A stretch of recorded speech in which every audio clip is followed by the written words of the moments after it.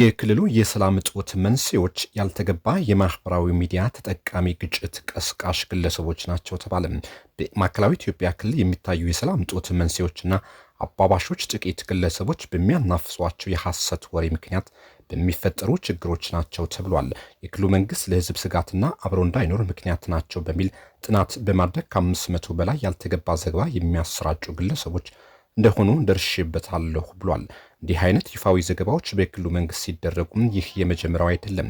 ቀደም ሲል በክልሉ የሐሰት ወሬዎች በማናፈስ እስከ 300 የሚደርሱ ግለሰቦች በጥናት ደርሼበታለሁ በሚል ጥቂት ግለሰቦች በቁጥጥር ስር አውሏቸው በሂደት መፍታቱ ይታወቃል። ነገር ግን በክልሉ ለረጅም ዓመታት ያልተፈቱ የሰላም እጦት ምክንያትና አባባሾች ጥቂት አመራሮች በበላይነት የሚመሩት መሆኑን በተደጋጋሚ ጊዜ ሲዘገብ ቆይቷል። መረጃ ለኢመደበኛ ቡድኖች በመስጠት በገንዘብ ሳይቀር በመርዳትና በማደራጀት የሚሰሩ ከዝቅተኛ እስከ ከፍተኛ አመራሮች በክልሉ መኖራቸውን ጄኔን ምንጮቹን በመጥቀስ ዘግቧል። ከሰሞኑ በክልሉ መንግስት ይፋ የሆነው እስከ 500 ግለሰቦች ብቻ ተጠያቂ ለማድረግ የሚሰራው ስራ ውጤት የማያመጣና ተጨማሪ ምርመራ ማድረግ እንደሚገባ የተገለጸ ይገኛል። የክልሉ ምክር ቤት ሳይቀር የሰላም እጦትና የግጭት መንስኤዎች አመራሮች መሆናቸው ምክር ቤቱ በተሰበሰበበት ጊዜ ሁሉ ይነሳል። የክልሉ መንግስት በወንጀል የሚሳተፉ አመራሮች ላይ ጠንካራ እርምጃ ለመውሰድ አቅም እያጣ መምጣቱ በተደጋጋሚ ጊዜ ይነሳል። ጥቂት ግለሰቦችን በማሰርና የክልሉ የጸጥታና ሰላም ጉዳዮች መቆጣጠር እንዳልተቻለ ቀደም ሲል የታየ በመሆኑ